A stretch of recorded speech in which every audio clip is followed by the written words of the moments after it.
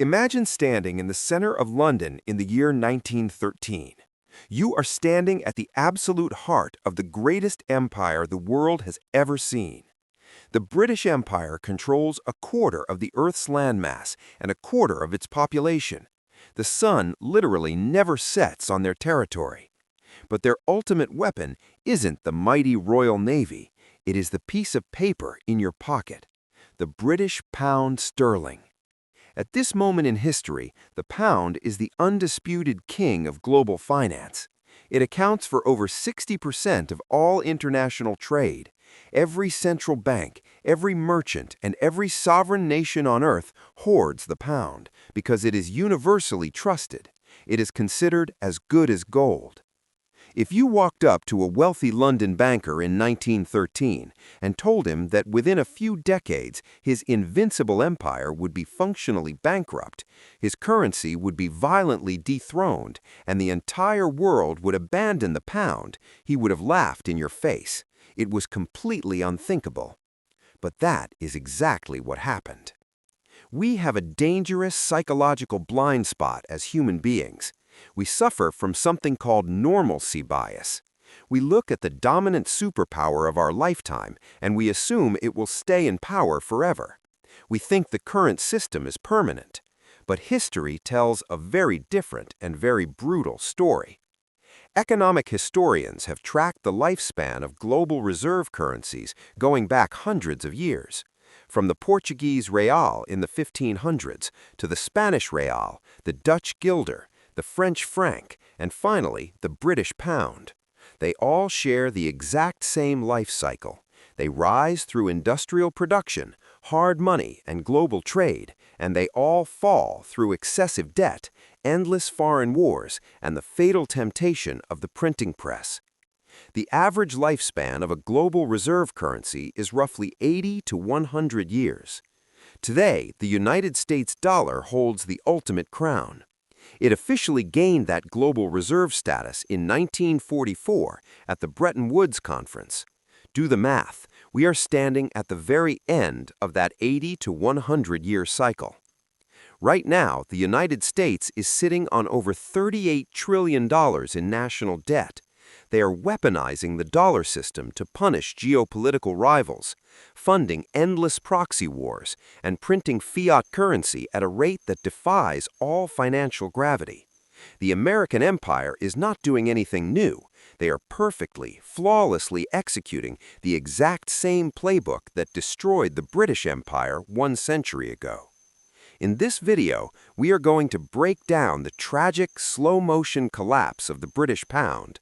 We will see how a global superpower lost its financial throne, not overnight, but through a series of arrogant mistakes, death spirals, and devastating geopolitical blunders. Because if you want to know exactly how the United States dollar will lose its global dominance, you don't need a crystal ball, you just need a history book. Let's turn the page. How does a piece of paper become the undisputed king of the global economy? You cannot simply force the world to use your currency. You cannot just pass a law and declare yourself the global reserve. A reserve currency is not mandated, it is earned. And it is earned through two very specific things: massive industrial production and absolute unbreakable financial trust. At the dawn of the 19th century, Britain had both. In 1815, Britain defeated Napoleon at the Battle of Waterloo, securing absolute dominance over the world's oceans. But their most powerful move happened a year later, in 1816. The British government made a monumental financial decision. They legally tied the pound sterling to a strict gold standard. They declared that 1 troy ounce of gold was worth exactly 3 pounds, 17 shillings, and 10.5 pence. This was not a political suggestion, it was a physical law. If you held a British pound note anywhere in the world, you knew with absolute certainty that you could walk into the Bank of England in London and exchange that piece of paper for a specific weight of physical gold. The Bank of England operated with ruthless, terrifying discipline. They prioritized the integrity of the currency above all political pressure. If gold started leaving the country, they would aggressively raise interest rates to attract it back, even if it caused a temporary recession at home. They proved to the world that they would rather suffer economic pain than break their promise on the gold peg. That level of discipline built unparalleled global trust. The phrase, "as sound as a pound," became an international proverb. But sound money was only half of the equation. Britain was also building the modern world. This was the height of the Industrial Revolution. Britain became known as the workshop of the world. By the mid-19th century, this tiny island was producing more than half of the world's iron, coal, and cotton cloth. They were building the global railway networks. They were manufacturing the ships that connected the continents. Because Britain was the world's biggest buyer and the world's biggest seller, a massive network effect took hold. If a merchant in Argentina wanted to sell beef to a buyer in France, they didn't use Argentine pesos or French francs. They priced the transaction in British pounds. Why? Because both the buyer and the seller trusted the Bank of England more than their own governments. The pound was the ultimate frictionless medium of exchange. It was liquid, it was stable, and it was globally accepted. London became the undisputed financial capital of the earth. The British accumulated massive capital surpluses, which they then lent out to developing nations like the United States to build their own infrastructure. Britain was the world's creditor. By 1914, the sterling system seemed invincible. It was a beautiful, self-regulating machine of global trade, anchored by the heavy, unchanging weight of physical gold. But there is a fatal flaw in every empire. When a nation becomes too rich and too powerful, it begins to overextend itself. It begins to believe it can bend the rules of mathematics. In the summer of 1914, an archduke was assassinated in the streets of Sarajevo. The world plunged into the devastating meat grinder of World War I. And suddenly, the British government realized that wars of that scale cannot be fought with honest money. They needed a lot of cash, and they needed it immediately. The age of financial discipline was about to end, and the slow, bleeding death of the British pound was about to begin. When the guns of August fired in 1914, marking the beginning of the First World War, an immediate and terrifying panic struck the city of London. The British government knew that modern, mechanized warfare on a global scale would be astronomically expensive. They could not fund a war of this magnitude purely through taxation, and they certainly could not fund it if they were restricted by the amount of physical gold sitting in the Bank of England's vaults. So they made a decision that would mark the beginning of the end for the British pound. In August 1914, the British government quietly suspended the gold standard. They passed the Currency and Banknotes Act, which allowed the Treasury to print unbacked paper money for the first time in modern history. These new £1 and 10-shilling notes became known as Bradburys, named after the Treasury official who signed them. The printing presses began to roar. The supply of paper pounds flooded the economy to pay for soldiers, bullets, and artillery. The financial cost of the First World War was beyond human comprehension. In 1914, before the war started, the British national debt stood at a manageable £650 million. By the time the Treaty of Versailles was signed in 1919, that debt had exploded to a staggering $7.7 billion. But printing money wasn't enough. Britain had depleted its material resources and its gold reserves. To keep fighting, the British Empire had to do the unthinkable. They had to cross the Atlantic and beg for money. In 1914, the United States was a net debtor nation. They owed money to Europe. But as the war raged on, Britain began borrowing massive sums of money from American banks, particularly J.P. Morgan, to buy American weapons and supplies. This was the exact inflection point in history. The wealth, the gold, and the power began flowing out of London and pouring directly into New York. Wall Street was replacing the City of London as the financial center of the world. Britain won the First World War, but they lost their financial soul. They emerged victorious, but practically bankrupt, highly inflated, and deeply in debt to the Americans. However, the final death blow to the pound's absolute supremacy came 2 decades later with the outbreak of World War II. If World War I cracked the foundation of the British economy, World War II completely demolished it. Fighting the Axis powers required every single ounce of wealth the British Empire had left.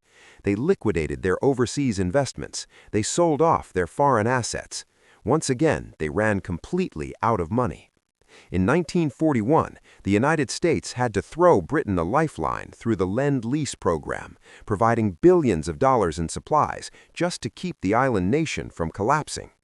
By the end of World War II in 1945, Britain was a devastated victor. Their cities were bombed into rubble, their industries were shattered, and their national debt had skyrocketed to over 200% of their GDP. They were a global empire in name only. In reality, they were completely dependent on American credit to survive. In a moment of profound historical tragedy, the legendary British economist John Maynard Keynes had to travel to Washington in late 1945. He didn't go as an equal partner, he went as a desperate borrower. Keynes had to negotiate a massive $3.75 billion loan from the United States just to keep the British economy from completely shutting down. The Americans agreed to the loan, but it came with a heavy price. The Americans used their financial leverage to dismantle the British Empire's exclusive trading networks and force Britain to accept a new global financial order, one where the US dollar, not the British pound, would be the undisputed king. The crown had officially been passed. But the British elite, suffering from severe normalcy bias, refused to accept that their reign was over. In the next chapter, we will see how the political arrogance of one of Britain's greatest heroes, Winston Churchill, resulted in a catastrophic financial blunder that crippled their economy for a generation. By 1925, the illusion of the British Empire was starting to crack. The First World War was over, but the economic bleeding had not stopped. Britain was suffering from massive debts, and the pound sterling was trading on the open market at a significant discount compared to the US dollar. The financial reality was obvious. Britain was poorer than it used to be. The money supply had been heavily inflated to pay for the war, which mathematically meant the pound was simply worth less. But empires do not let go of their pride easily. The British political and financial elite, suffering from a severe case of normalcy bias, desperately wanted to turn back the clock. They wanted to pretend the devastating financial cost of the war had never happened. They believed that if they simply forced the pound back to its old glory, the global dominance of the British Empire would magically return. The man placed in charge of this monumental decision was the Chancellor of the Exchequer, Winston Churchill. In 1925, Churchill made a catastrophic, ego-driven financial blunder that would paralyze the British economy for a generation. He announced that Britain was returning to the gold standard.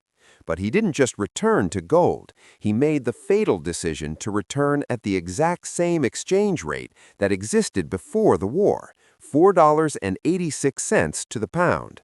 This was economic suicide. Because Britain had printed so much paper money during the war, the true market value of the pound was roughly 10 to 15% lower than that pre-war rate. By forcing the currency back to $4.86, Churchill artificially overvalued the pound. He chose the prestige of the currency over the survival of the working class. The immediate consequences were devastating. Because the pound was now artificially expensive, British exports suddenly became incredibly expensive for the rest of the world to buy.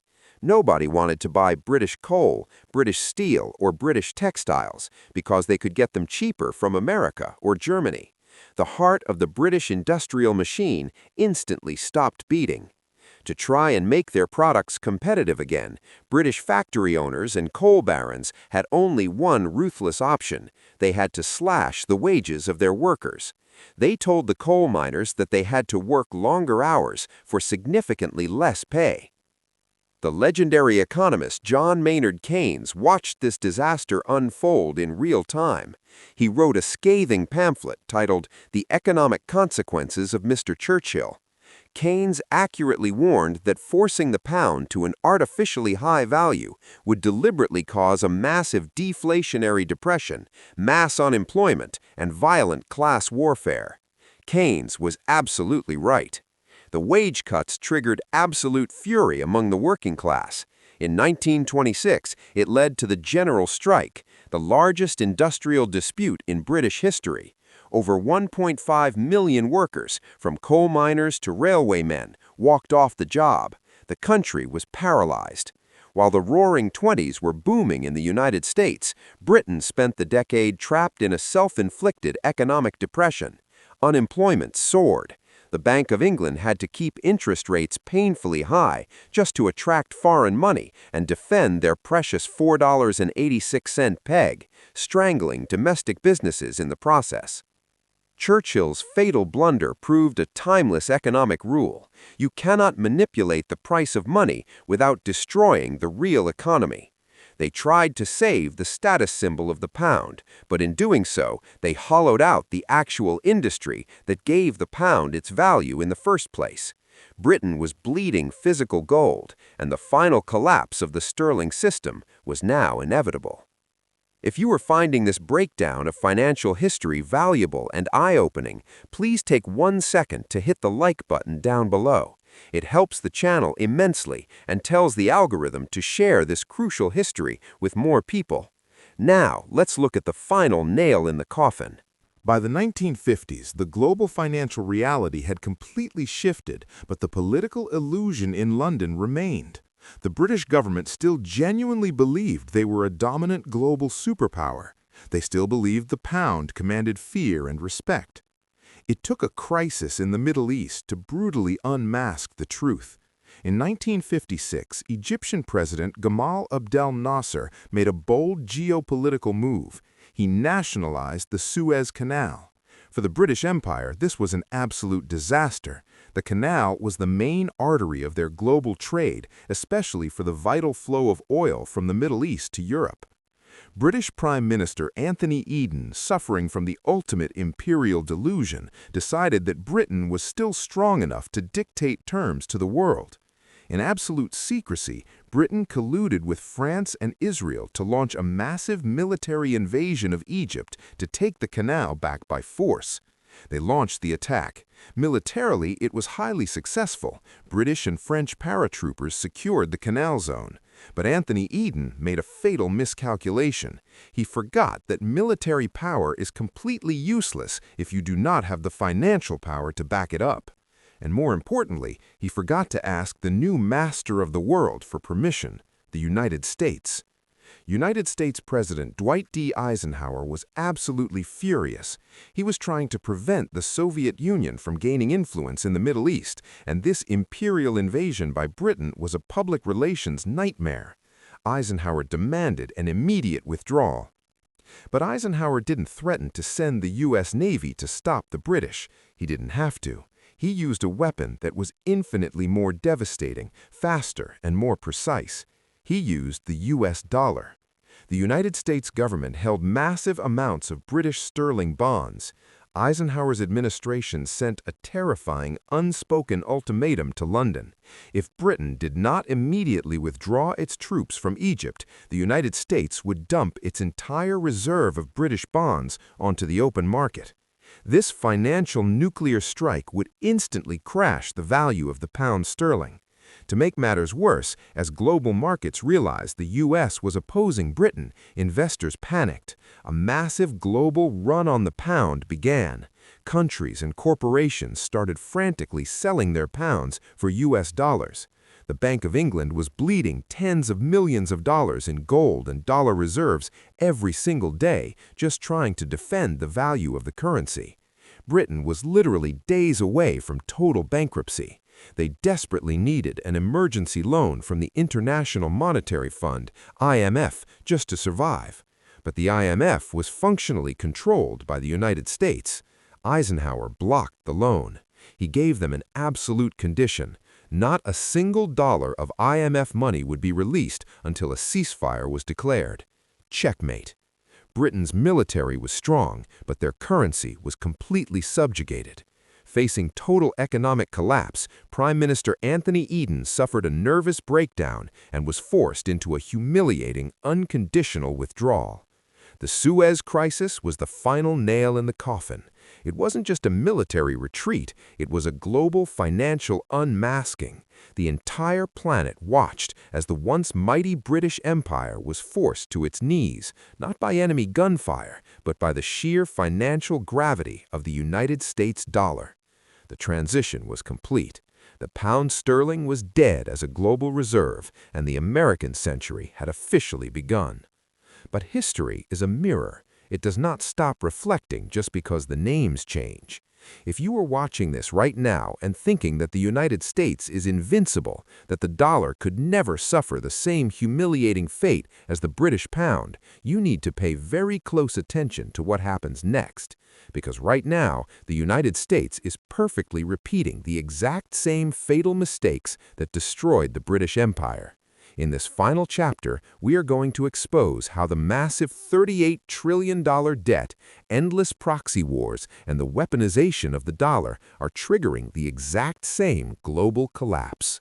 This is the most important part of the entire story, and it directly affects your wealth, your savings, and your future. You do not want to click away. Let's look at the American echo. History doesn't just rhyme. Sometimes it repeats itself with terrifying precision. For the last 80 years, the United States dollar has enjoyed the exact same exorbitant privilege that the British pound once held. It became the friction-free medium of global trade. It was backed by massive industrial output and the absolute trust of the Bretton Woods gold standard. But just like the British Empire, the American Empire became addicted to the illusion of infinite wealth. The historical echo began in 1971. Just as Britain suspended its gold standard to fight World War I, the United States completely severed the dollar from physical gold to pay for the Vietnam War and massive domestic spending. The discipline of hard money was replaced by the fatal temptation of the printing press.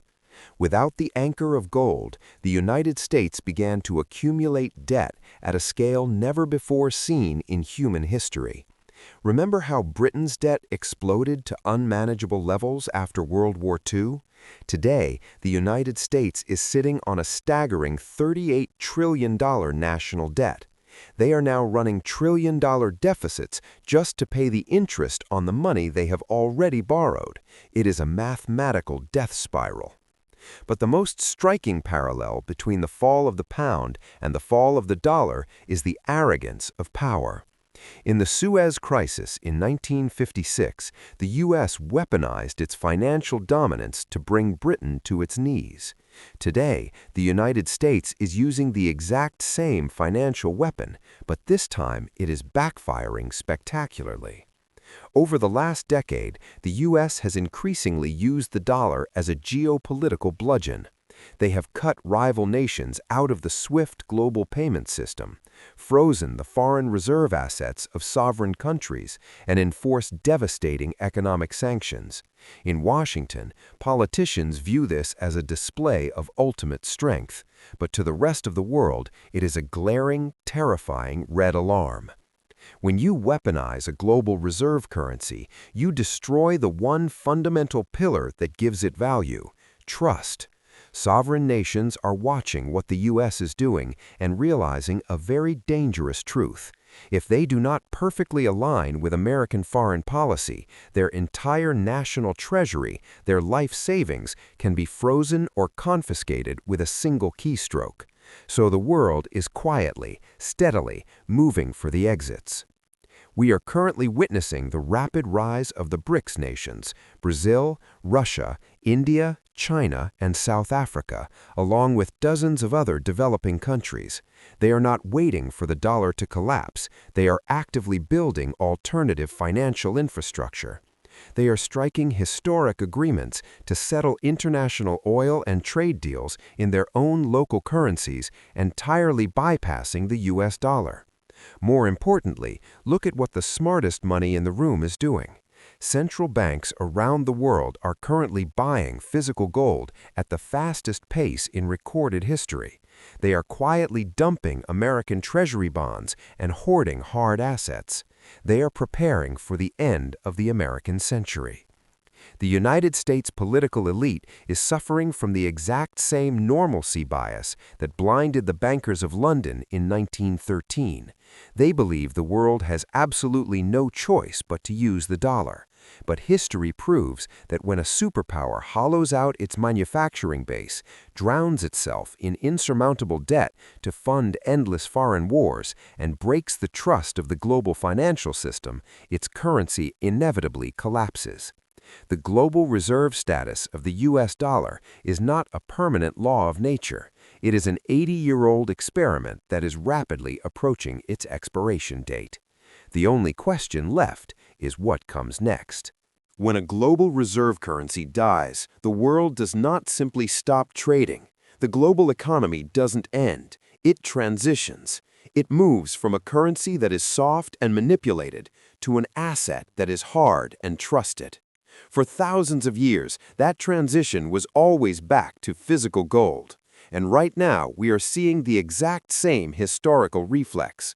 Central banks in China, Russia, India, and across the global south are buying physical gold at a pace we haven't seen since the Bretton Woods era. They are quietly building their lifeboats before the US dollar ship completely sinks under its $38 trillion debt. But we are no longer living in the 19th century. Physical gold has a fatal flaw in the modern, hyper-connected digital economy. It is heavy, it is slow to transport, and, as history has proven time and time again, it is incredibly easy for governments to centralize and confiscate. The world needs a new reserve asset. It needs an asset that has the absolute, unprintable scarcity of gold, but the frictionless velocity of the internet. It needs a monetary system that cannot be weaponized by politicians, manipulated by central bankers, or inflated to pay for endless wars. For the first time in human history, we have the mathematical technology to achieve exactly that. Bitcoin. Bitcoin is the ultimate rejection of the 100-year fiat currency cycle.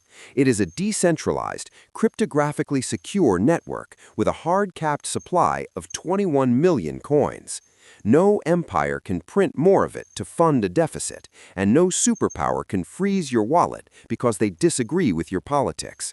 It is the perfect neutral settlement layer for a world that has entirely lost trust in the United States dollar. The British pound lasted roughly a century before the arrogance of empire and the cost of war destroyed its dominance. The US dollar is at the exact same expiration date, following the exact same tragic script. The transition is no longer a theory. It is happening right now, in real time. But the collapse of a global reserve currency is usually just one symptom of a much larger, much more terrifying historical cycle. The death of the money is almost always the final warning sign before the death of the empire itself. If you want to understand exactly where we are in this massive historical timeline and what happens next, you need to watch my deep dive on this exact topic. The 7 stages of empire collapse, why America is at stage 6. Click the video on your screen right now, or find the link down in the pinned comment below. The illusion of forever is breaking.